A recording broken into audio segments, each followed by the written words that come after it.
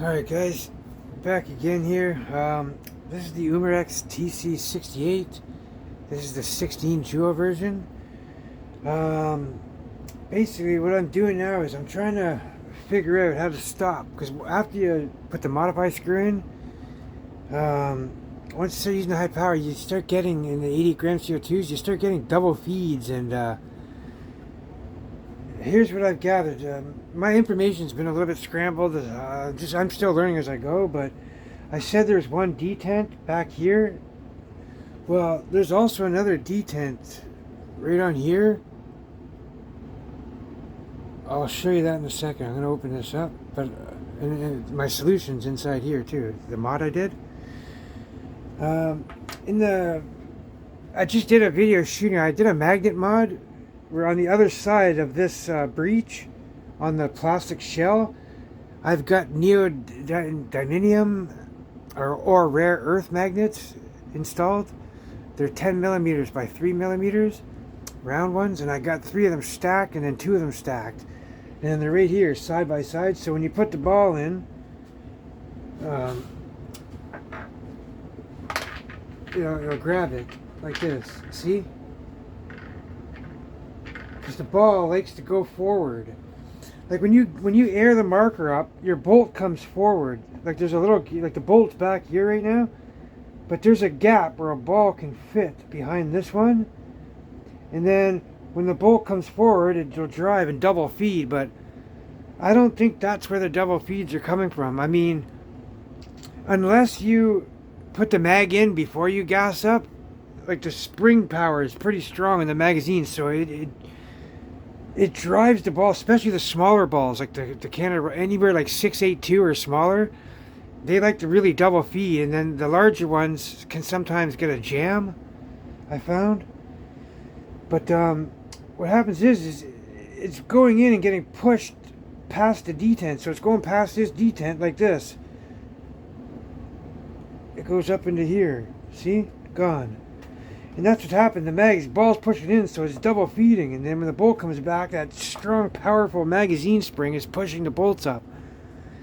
It starts pushing the balls up, and it's causing double feeds, I noticed. So see how I surpassed that detent? Here. Let me get my stick. Okay, watch. I'm going to push it back through the barrel. If you guys can see. There's my ball back there. So that's what's happening. Especially the smaller metals, like the Canada Riot balls, the 4 gram ones, the red ones, and these coated steel balls from HD24, they're the same size, same diameter. They're around 682, 4 size.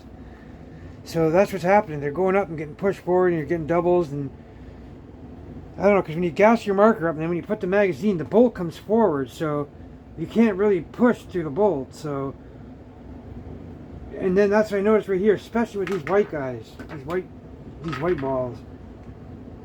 Like look, no effort, that gets pushed in. So just a little spring power pushes that forward, and then it pushes the next one up. So if you've seen in my 88 gram video where I was shooting 62 joules, I was getting a lot of double shots. So like maybe a new longer detent. Like also when you put this back on, it'll slow that down a little bit, but it's just not enough. It still gets double feeds because of the size. These balls were really small. But I have a solution I come up with. Oh no! Oh, it's the last place I want to put that ball, behind the bolt. I'm gonna have to send that out now. It's the last thing I want to do. Anyways, so yeah, what I did was there's a detent in here, and in order to get it out, you need a Phillips screwdriver here.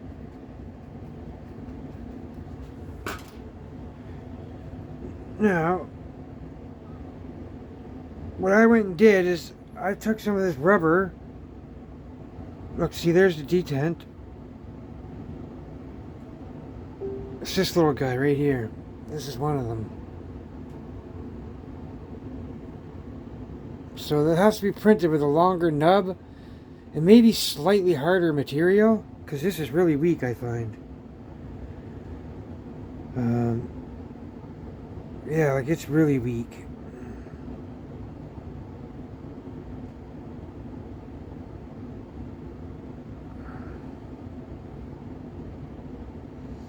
So what I went and did was, I noticed when I had this shut, there's a lot of wiggle room with the ball. It's very loose. So what I did was, I added some volume. If you guys can look and see right down in there, that little slot, I cut a little strip of rubber.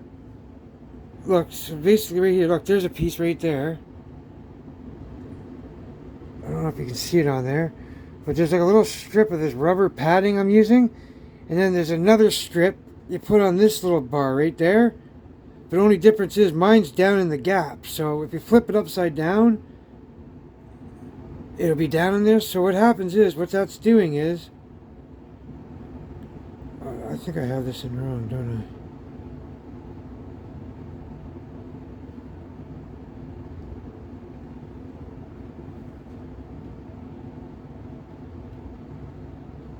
Yeah, so I pressed it in there. I got it in there. So what it's doing is, here, let me just see this.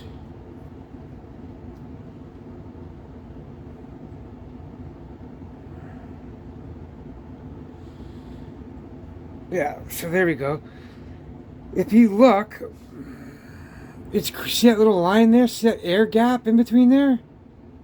Here, let me bring this down lower. I can't see it. So if you guys can see that little, see this right here? So it's, what that's doing is it's acting like a spring. So now that I got some, when I put the screw back in,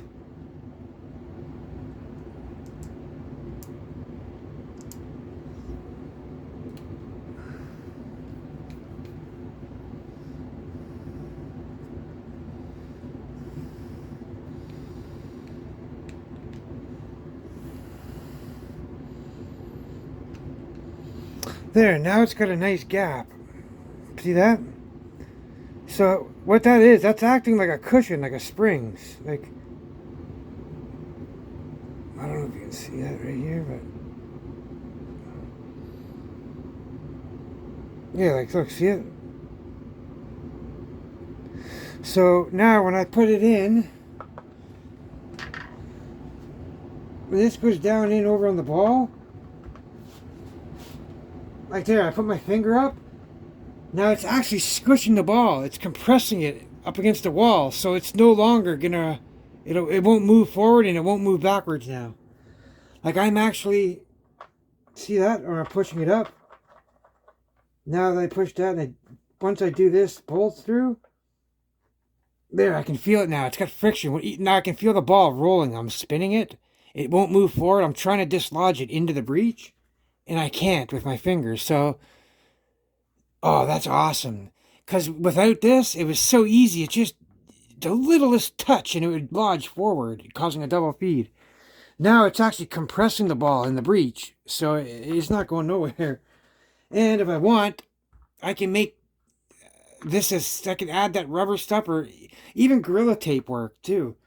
Gorilla Tape works, or thin strips of elastic band. You can cut little strips of elastic band will work. Yeah,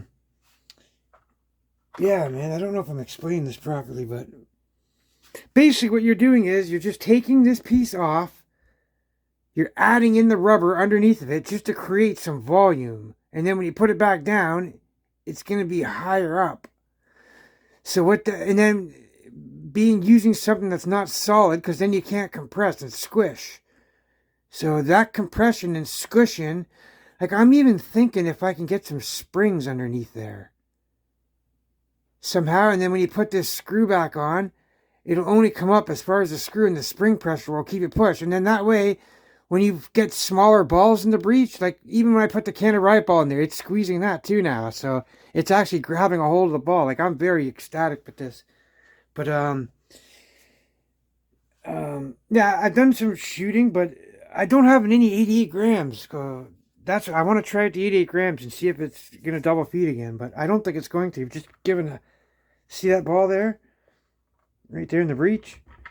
Now when I put this back on, it's actually squishing it now with that compression pad I put underneath. So just by feel, like look at that. And then when I try to put my finger on the tip of the ball to spin it, just to spin it around in the breech or whatever direction, you can feel the friction on it. So that's a good thing.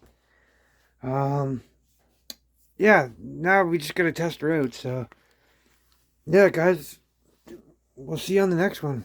Till then, stay safe, guys, as always.